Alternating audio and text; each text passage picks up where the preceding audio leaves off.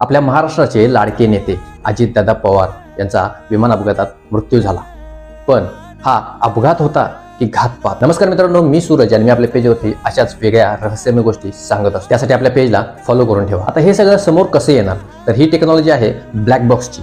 हे black box विमानाच्या पाठीमागच्या साईडला बसवलं जातं. विमानाचा कितीही मोठा अपघात होऊ दे, पण या ब्लॅक बॉक्सला काहीच होत नाही. हे काम कसं करतं, यामध्ये 2 बॉक्स असतात. विमानाची प्रत्येक गोष्ट यामध्ये नोंद होते. पहिला बॉक्स आहे CVR.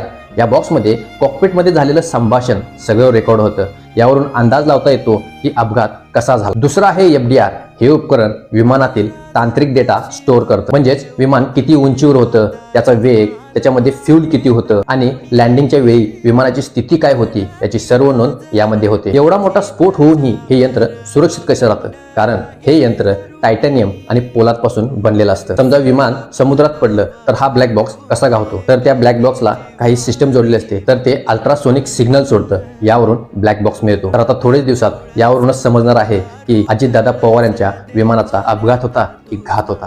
चला तर मग, धन्यवाद.